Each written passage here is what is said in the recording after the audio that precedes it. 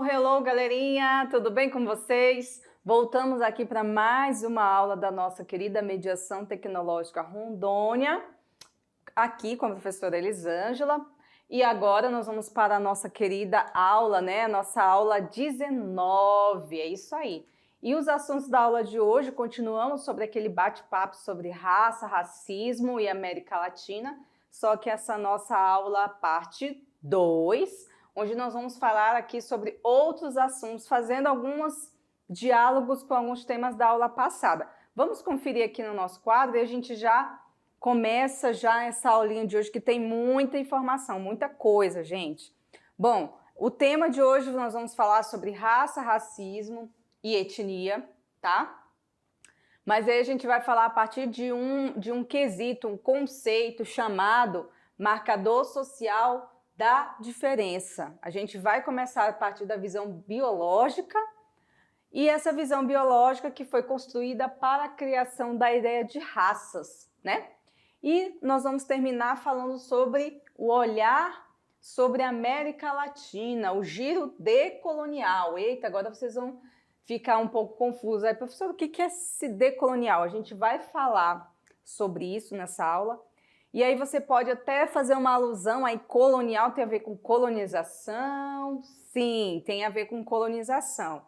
E aí na próxima, daqui a um pouquinho eu já começo com esse tema e a gente vai entender exatamente o que é esse termo decolonial, tá bom? Então vamos lá, pessoal, vamos começar então falando sobre esse tema, raça, racismo e etnia, América Latina, parte 2, tá? Bem, vocês lembram na aula anterior que a gente começou falando sobre alguns teóricos que defendiam uma teoria chamada eugenia. Lembram? Pois é.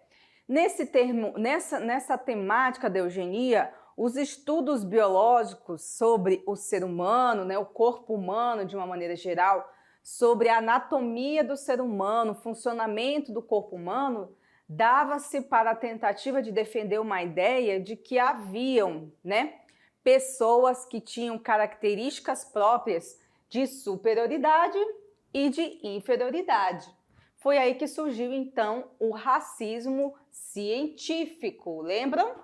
Então, nessa ideia do racismo científico, a gente viu que essa visão biológica do ser humano, nessa teoria, não estou dizendo outras teorias, estou falando nessa teoria da eugenia, ela era uma tentativa de demonstrar que haviam seres humanos com algumas características físicas, como vocês podem ver aqui a questão do crânio, né? Fazendo comparações com o crânio do macaco até o crânio de uma pessoa. E aí eles falam, olha só, se vocês começarem a perceber aqui, que eles querem dizer que as pessoas negras tinham um formato da cabeça, do crânio, mais próxima de um macaco.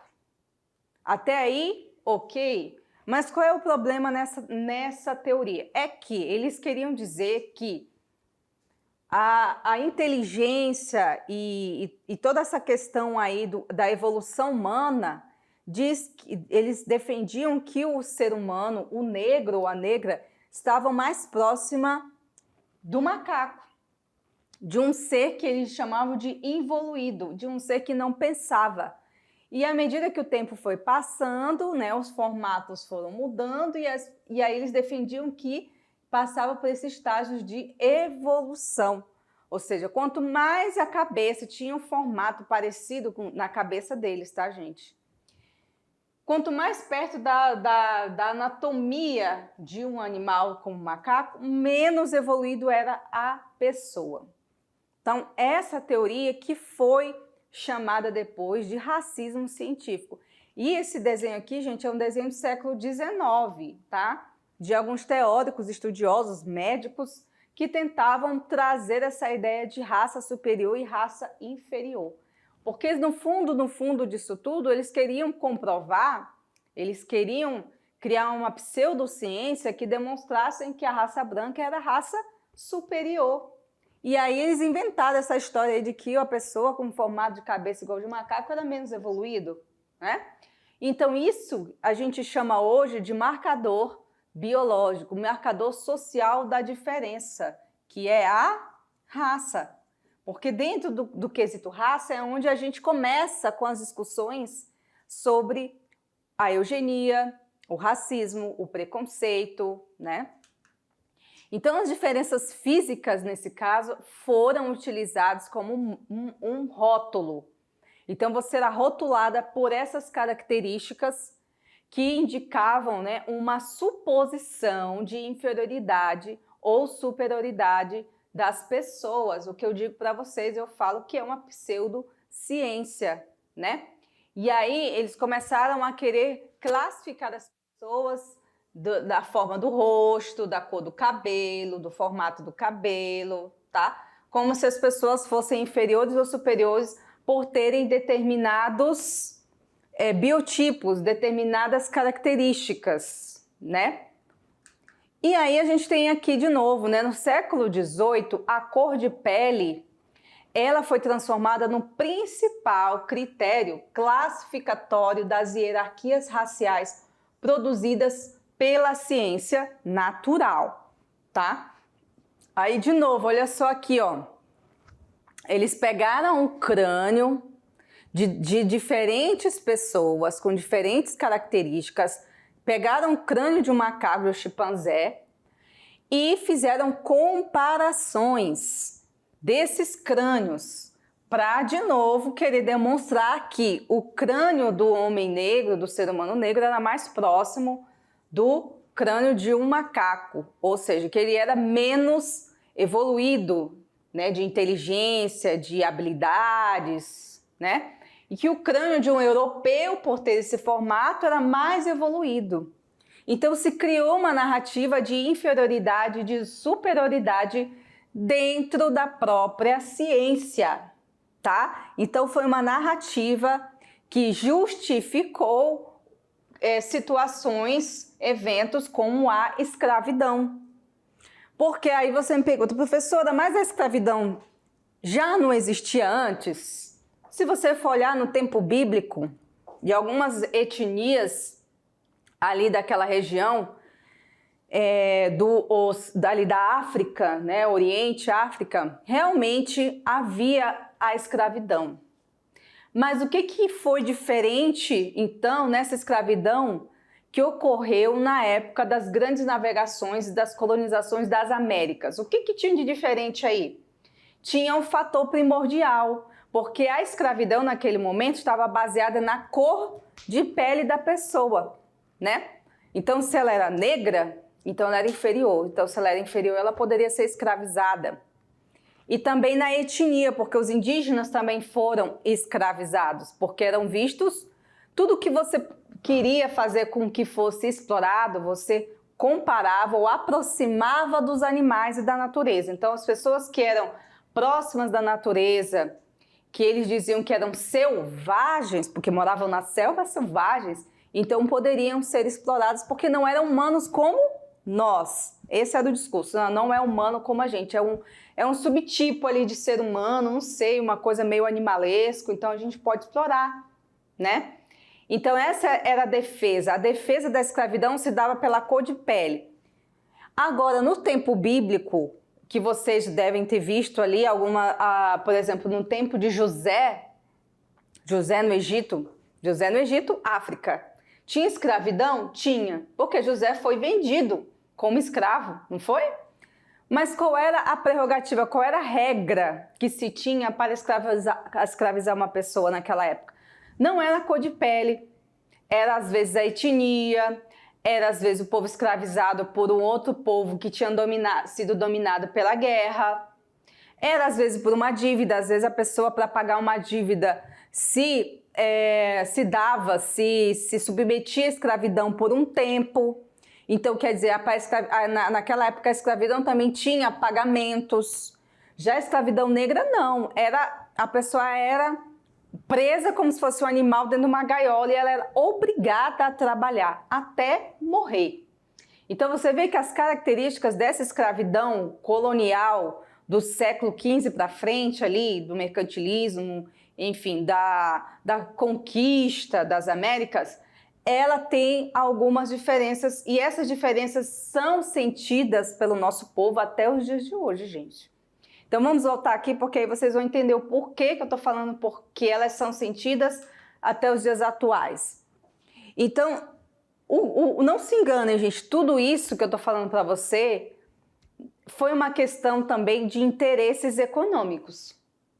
Por quê? Porque eu não precisava pagar salário, eu não precisava pagar FGTS, eu não precisava pagar nada.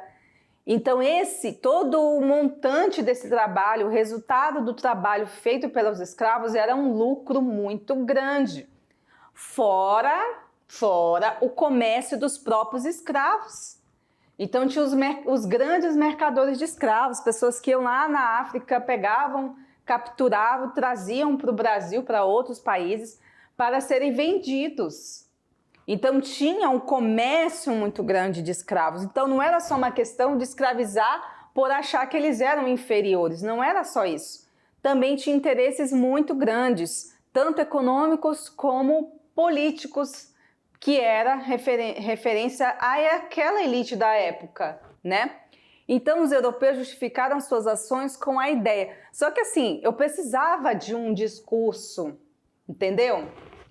Eu precisava de uma narrativa para justificar a escravidão, porque se eu falasse que era só por dinheiro, ia ficar muito feio para mim, né? Então eles justificaram com toda uma narrativa, por que eles eram escravizados, né? Naquela época até mesmo a igreja fechou os olhos para tudo isso. Então os europeus justificaram suas ações com a ideia de que esses povos eram inferiores, porque possuíam características culturais diferentes. Então foi assim, né, gente, que surgiu esse racismo negro. Porque o racismo não é só em relação a pessoas negras. O racismo é todo preconceito com as raças. Pode existir um racismo asiático, você sabia disso? Mas quando a gente fala do racismo negro, é justamente por todo esse histórico que a gente está falando aqui, de séculos e séculos de escravidão, né? Então o racismo, ele está presente muito mais forte na comunidade negra. Então o racismo também é toda ação preconceituosa, discriminatória ou segregacionista que é perpetrada contra qualquer indivíduo e grupos por causa de sua origem étnica. Então, como eu acabei de dizer, o racismo não está relacionado apenas às pessoas negras. Porém, o histórico do racismo no mundo, ele acaba apontando para uma maioria desses casos em relação a pessoas negras. Por quê? Fruto de todas essas ações que eu contei para vocês, da colonização, da venda de pessoas escravizadas, do racismo negro, entendeu?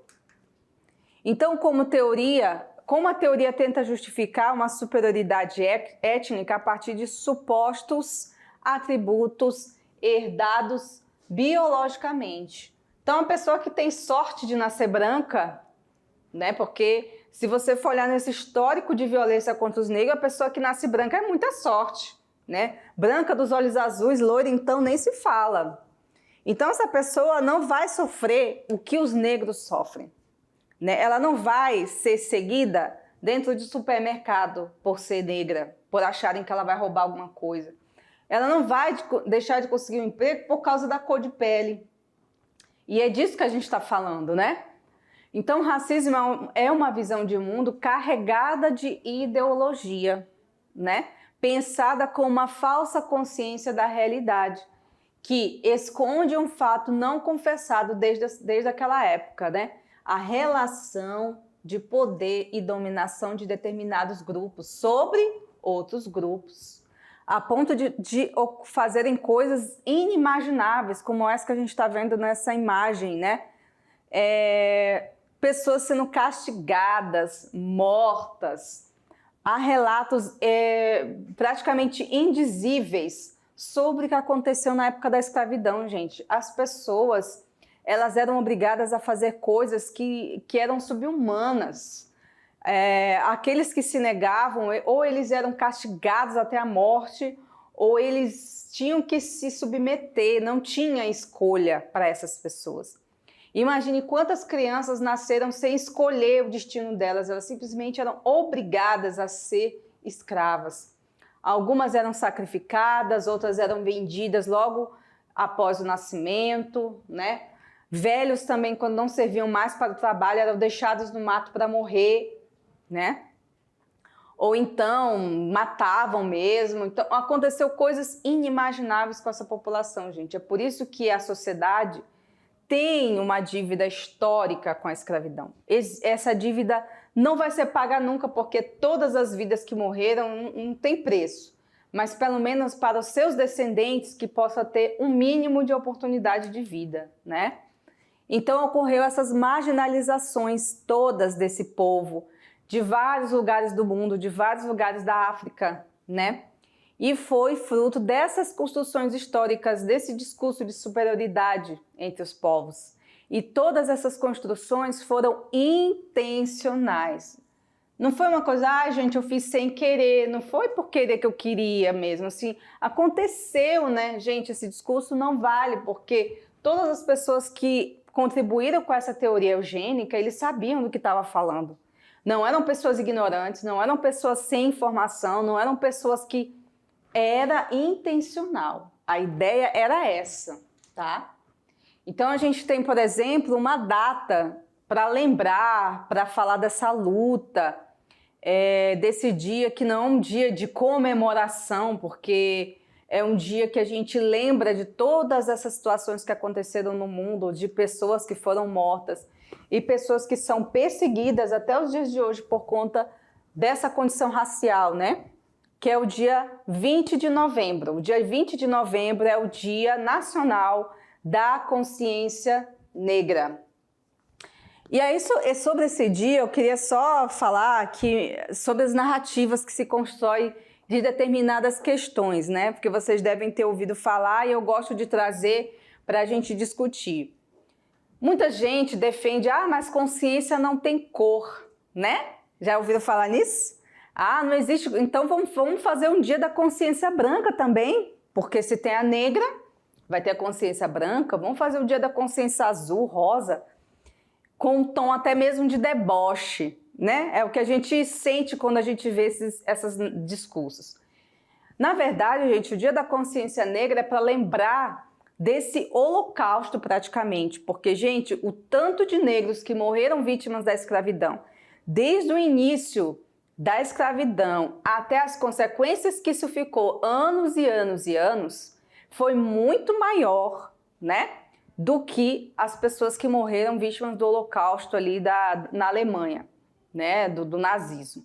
Claro que as duas situações foram totalmente deprimentes, tristes para a história do mundo, mas a questão negra, ela ainda gera até hoje consequências como o racismo, a perseguição, o preconceito, né?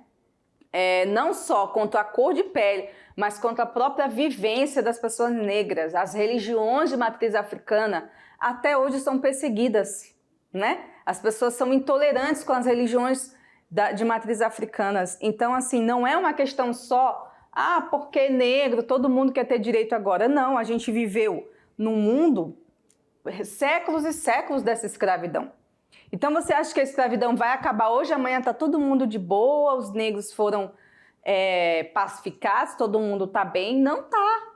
Ainda mais que a história do Brasil revela que os negros não tiveram direito de ter o mínimo para viver depois da escravidão. Muitos deles, quando foram libertos, eles tiveram que voltar para trabalhar no mesmo lugar onde eles eram escravizados, porque senão eles morriam de fome. Não foi assim, você está liberto, então vou te dar aqui um emprego, vou te dar uma grana aqui, uma terra para você plantar. Não, gente, isso não existiu no Brasil. Pode ter existido em outros lugares do mundo, mas no Brasil não teve, né? Então essas pessoas tiveram que se virar para viver, foram para as cidades, vendia doce, as mulheres botavam os doces na cabeça e saíam. Até hoje, se vocês forem olhar em algumas fantasias carnavalescas, aparecem as baianas rodando com o negócio na cabeça. Parece até bonito e engraçado, mas aquilo revela um capítulo da história do Brasil, que eram as mulheres que estavam ali, precisavam sobreviver, faziam vários tipos de doce, porque as mulheres, de uma forma geral, elas se desenvolviam muito no ambiente da cozinha, porque também não tinham direito de ocupar outros espaços, né? E aí elas começaram a vender, e com aquelas roupas bonitas, né? A roupa da Bahia, que a gente chega na Bahia, a gente vê aquela roupa cheia de saias, né, e tal, toda colorida. Aí chegavam lá, elas começaram a ganhar até mesmo uma notoriedade. Até hoje, se você chegar em alguns lugares, você vê lá as baianas com aquele turbante maravilhoso, né, com aquela saia, vendendo lá o acarajé, as comidas africanas, né, de origem africana. E aí elas conseguiram ter esse momento de um pouco de destaque, mas fazia parte da estratégia de sobrevivência dessas mulheres. Mulheres com filhos, mulheres sozinhas, abandonadas, tinham que sair para trabalhar, né? E acabaram virando personagens do próprio carnaval, porque mostrando o quê? O dia a dia, a realidade de muitas delas, né? Então é isso, essas narrativas querem apagar essa história. Quando fala, mas consciência não tem cor. Mas a consciência negra é para a gente lembrar daquela época em que os negros eram açoitados na rua. Você não via branco ser açoitado como o negro era. Você não via o negro passando vergonha, tirava a roupa dele em público para ele se sentir envergonhado, para que ele não tivesse um pingo de autoestima, porque uma das coisas mais fortes quando você quer apagar a história de um povo não é só matar o povo, é matar a história dele, é apagar a autoestima dele, fazer com que ele se sinta um nada. Aí você consegue, né? Toda essa artimanha ruim. Então, gente, o Dia da Consciência Negra é para isso. Não é só para pintar a cara de preto, não. Pelo amor de Deus, não façam isso, tá? Ah, vou me pintar de preto aqui para homenagear um negro. Não, por favor, vocês não precisam fazer isso. É para a gente ter a consciência de lembrar dessas lutas, né? Então, voltando aqui para a nossa aula, a gente tem bastante conteúdo ainda. Lembrando ainda de novo, o que é racismo, né? Supõe a existência de várias raças, consideradas superiores e outras inferiores, marcando a justificação da dominação, né, desses povos. E aí a gente tem essa história aí da democracia racial. É mito ou é verdade? No Brasil nós tivemos uma revolução dessa democracia racial? Seria então um convívio harmonioso entre as raças? Será que a gente vive isso no Brasil? Olha só essa historinha. A partir da década de 30, o Brasil buscava uma identidade nacional. Chegou o momento que o Brasil precisava ser visto no mundo com uma identidade brasileira, né? Então eles tentaram juntar as diferentes etnias e dizer, olha aqui, pessoal, somos todos brasileiros, somos todos amigos, não tem essa de racismo aqui não, isso já passou, já superamos, né? Só que, trazendo aqui algumas provocações, a gente teve no meio sociológico, antropológico, teórico, nós tivemos o Gilberto Freire, que foi um pensador, antropólogo, né, pernambucano. E aí ele tentou entender o Brasil a partir dessa união harmoniosa das raças, né? Que escreveu uma obra que é um clássico da literatura brasileira, chamada Casa Grande e Senzala. Se vocês forem aí na livraria, na biblioteca, talvez vocês encontrem aí. Ele escreveu esse livro em 1933, né? Tá aí o livro, uma das capas. E aí ele tentava explicar que mesmo com a escravidão existia um certo convívio harmonioso entre as raças e que a miscigenação era a prova disso. Já que todo mundo ficava com todo mundo e nasceu os meio amarelinhos, nasceu um moreninho mais claro, um com a carinha de indígena, mais um cabelinho enrolado, então quer dizer que todo mundo estava de boa, né? Tava todo mundo ficando, se pegando. E aí ele falou, não, gente, isso aí tá de boa, a gente superou, a galera se pegava naquela época, entendeu? E hoje a gente não tem mais esse problema, porque não foi tão ruim assim. A escravidão foi ruim? Foi, mas a gente superou. Aí todo mundo meteu a lenha no Gilberto Freire. Eu lembro que na época da faculdade podia nem falar o nome de Gilberto Freire na aula. Não, você não pode falar, você não pode citar o Gilberto Freire, eu também não sou muito assim, sabe? Eu acho que a gente tem que falar, nem que seja num tom de crítica, né? Então, nem o livro do Gilberto Freire passavam pra gente por conta disso. Então tem uma cisão entre os sociólogos aí em relação ao Gilberto Freire, tá? Tanto ao Gilberto Freire como ao Fernando Henrique Cardoso. O pessoal não curte muito Fernando Henrique, não. E aí a gente vem aí a crítica à ideia do Gilberto Freire. Como eu disse, meteram a lenha nele. Aí veio os críticos, né, dizendo que essa democracia racial que o Gilberto Freire defendeu lá em Casa Grande Senzala era um mito. Por quê? Porque essa era uma imagem idealizada do Brasil. Era mostrar para os gringos que o Brasil não tinha problema mais com o racismo. Só que, mesmo com a democracia, com o desenvolvimento do Estado de Direito, o distanciamento entre brancos e negros socialmente e economicamente ainda era muito forte. E os dados estão aí para mostrar. Quantas pessoas negras estão nos cursos de medicina? Quantas pessoas negras estão em cargos de destaque, de gerência, de chefia? Quantas pessoas negras conseguem entrar na universidade? Então ele traz, né, aqui a gente tem o Florestan Fernandes. O Florestan Fernandes foi um grande crítico do Gilberto Freire. O Florestan Fernandes também é sociólogo, tá? Que era amicíssimo, muito próximo do Fernando Henrique Cardoso. Eles estudaram juntos, inclusive. Só que o Florestan não gostava muito de algumas ações do Fernando Henrique. Então, eles, no final da vida, eles não estavam muito bem como amigo, não. O negócio não estava muito bom, não. Então, o Florestan criticou o Gilberto Freire por conta disso, né? E aí a gente tem outros nomes de destaque de mulheres negras. Aqui tem a Rosa Parks, né? Que teve toda uma situação em relação à vida dela, né?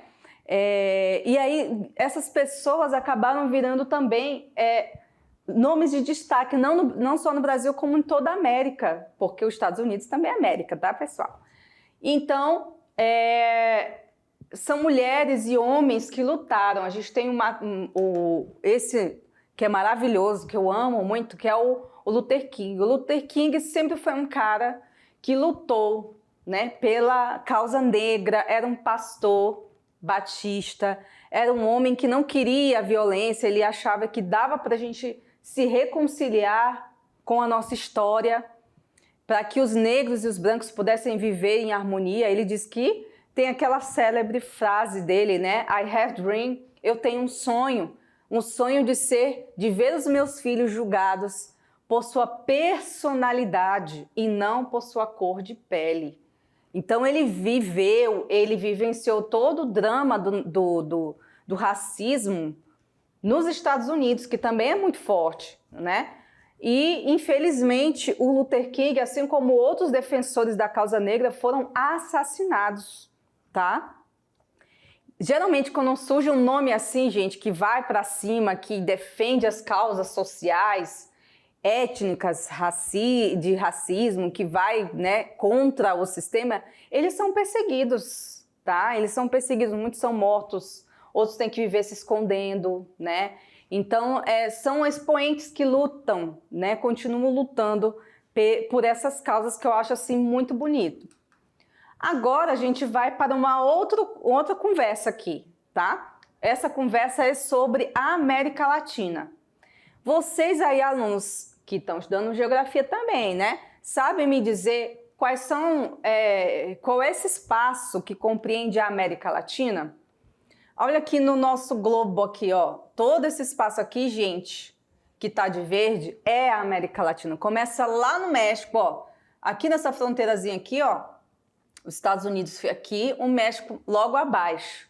Do México até o finalzinho aqui do Chile, né? Do Rio Grande do Sul, não, Rio Grande do Sul aqui, mas aqui, toda essa parte aqui, gente, é América Latina. Tirando essa partezinha bem aqui em cima também, que, se eu não me engano, são as Guianas, que são território da Inglaterra. A gente já falou sobre isso, né? Não vou repetir de novo, não. Então, tudo isso aqui, ó, é América Latina. Os países que compreendem desde aqui, ó, na parte do Caribe, Porto Rico, né? República Dominicana, todo esse espaço aí é América Latina. México, aí nós temos aqui Colômbia, Argentina, Equador, Bolívia, Paraguai, Uruguai. Todo esse espaço aqui, gente, é América Latina, né? E vocês já pararam para pensar o que nos une como América Latina? Por que chama latino? Por que as pessoas latem? Não sei, eu estou falando uma bobagem aqui. Mas por que se fala América Latina? Vocês já se perguntaram? Bom, antes de começar a falar dessa teoria, a América Latina tem esse nome por conta da língua. Porque quando a gente foi colonizado, nós fomos colonizados por 2 países falantes da origem da língua do latim, né? Tanto o português como o espanhol são 2 línguas latinas. Então, nós somos uma minoria, né, que fala português aqui na América Latina. Se eu não me engano, nós somos o único país que fala o português. Os outros todos em volta aqui falam o espanhol. Então, pelo fato da gente ter sido colonizado por esses países falantes do latim, da origem latim, nós fomos apelidados, então, de América Latina, né? Porém, segundo os povos originários, os povos que aqui estavam antes da chegada dos portugueses e espanhóis, e que o pessoal chama, né, antes da chegada dos colonizadores, o pessoal chama esse período de pré-hispânico, né? Quer dizer, antes da chegada do colonizador, pré-colonial também. Os povos que aqui viviam eram enormes, tinham grandes impérios aqui, né? O Império Inca era um deles, né? Ali para cima, a parte do México, já era um outro império, não sei se era dos maias ou era dos astecas, mas eu acho que eram astecas. Os astecas já viviam ali no outro império, com evoluções já muito grandes na área da agricultura, tecnologia, eles já tinham coisas que nem os colonizadores tinham. Só para vocês terem uma ideia, ainda chamar a gente de evoluído é que era engraçado, né? Um discurso desse, né, gente? Eles fizeram coisas extraordinárias que os colonizadores, quando chegaram aqui, aprenderam com eles. E essa área aqui toda, que não era América Latina, porque eles nem entendiam o que era o latim, cada um falava a sua língua, o seu idioma, eles chamavam essa região toda aqui de Abiala. Abiala quer dizer América para eles. Toda essa América para eles aqui era Abiala. E algumas regiões eles chamavam de nomes diferentes. A região onde nós moramos, aqui no Brasil, eram chamadas por eles de Pindorama.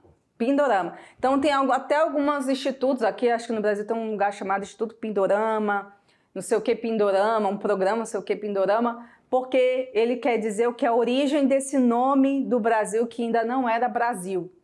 Nem se falava em Brasil naquela época, né? Brasil foi um nome designado pelos colonizadores, né?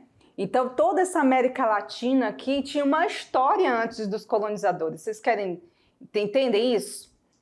Já existia uma história deles, já existiam civilizações, já existiam povos, já existiam até brigas, né? Povos que brigavam, guerreavam aqui. Então assim, quer dizer que ele descobriu a América? Não, gente, eles não descobriram nada, isso aqui já existia, né? Há anos e anos, com vários povos que foram migrando e vieram da Ásia para cá, tinha toda uma situação aqui, tá? Agora voltando para a teoria pós-colonial. A teoria pós-colonial, ela se refere a uma perspectiva teórica e cultural que se realiza na releitura da colonização, ou seja, falar da colonização como não só a história de quem veio da Europa para cá, mas e sim de quem viveu aqui antes, né? Então, eles querem que essa história seja reescrita, né? E não é possível falar de uma teoria única pós-colonial, porque se a gente está falando de vários povos, são várias histórias, não é mesmo? Mas de uma série de estudos que trazem contribuições e orientações distintas nas mais variadas áreas do conhecimento, de que em comum o fato de realizarem fortes críticas às narrativas eurocêntricas do modelo civilizatório universal. Então tá aqui, ó, a gente está falando desse território. Teoria pós-colonial, né, também se refere a isso aqui, ó.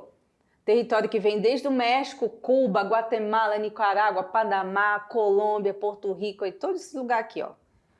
Que um dia eu quero conhecer todos. Ainda não consegui conhecer, mas aqui nesse mapa aqui eu já estou mergulhando, que eu já conheci 5 países. países. Então, vamos continuar a saga, né? Quem sabe eu não consiga conhecer todos os países da América Latina, né? O meu sonho.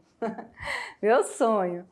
E aí, temos um nome de um cara que fala sobre orientalismo, que é o Edward Said. O Said, ele não era latino, tá? Ele se eu não me engano, ele é iraniano, africano, eu não lembro ainda. Ele era um autor que ele trabalhou a questão do discurso do Ocidente sobre o Oriente, porque ele diz que todas as narrativas levaram a essa questão da ocidentalização, que era uma estrutura de dominação de um povo sobre o outro. Então, assim, a história que eu conto de vocês é a minha história sobre vocês, não é a história de vocês. E é esse o questionamento que se faz. Então, o Said, ele fala da noção de modernidade ocidental, porque a modernidade, o discurso de modernidade, começou no Ocidente, né?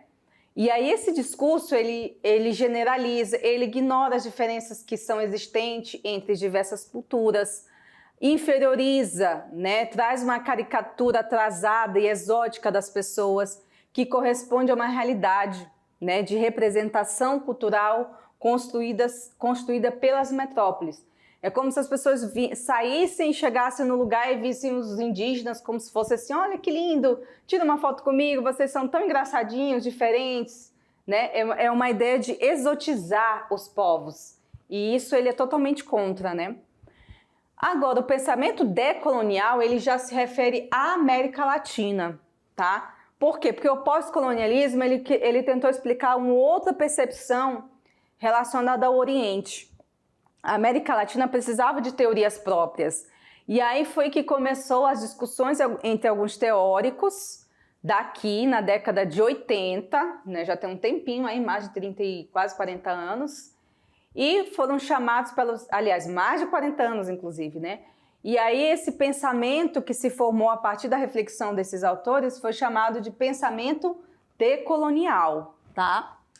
Gravem isso aí. E nós terminamos falando sobre o multiculturalismo, que é exatamente essa diversidade que a gente está falando, né? A diversidade desses povos que pressupõe um diferente olhar sobre a realidade e a necessidade de praticar a alteridade, né? Que a gente consegue olhar para o outro com um olhar de empatia, com um olhar de, não aquele olhar de exótico, olha que lindo, você é tão diferente, né? Mas um olhar de olhar para ele como ele é, como ser humano, igual a você, né? Que não tem nada de tão extraordinário, mas que todos somos ao mesmo tempo, né? E aí, gente, tá aí as nossas referências. Opa! Então, o tema era esse, né? É muita história, muita coisa. Esse tema sobre teoria decolonial, ele é um tema enorme, né? A gente teve que resumir em poucos slides para falar para vocês o tanto que tem importância, né? Nós temos alguns organismos que trabalham só sobre teoria decolonial, né? Que é a Claxo, aqui na América Latina, a Claxo, que trabalha só com esses temas de multiculturalismo, raça, e aí reúne vários teóricos de países diferentes, reúne os bolivianos, reúne brasileiros, reúne chilenos, argentinos, que vão se encontrar nesse pensamento para falar sobre esse espaço, como eu disse para vocês, que era um espaço já habitado, né? Vários povos habitavam aqui onde a gente já vivia. Por isso que alguns defensores dos povos originários falam que, porque invadiram, né, a terra indígena, mas o Brasil inteiro era terra indígena antes de chegar o homem branco aqui. Então tudo isso aqui era deles, né? A gente não está dando terra para eles. Tem que parar de dar terra para índio, mas a terra já era deles. Foi a gente que tomou, de certa forma, não nós, porque a gente chegou depois. Mas assim, a gente tem que olhar com essa questão de entender que eles já estavam aqui, que eles devem ser respeitados também, né? Então é isso, gente. Espero que vocês tenham gostado. A gente volta daqui a pouco com a revisão do conteúdo e, que mais? A correção das atividades, tá certo? Encontro vocês daqui a pouco. Até mais!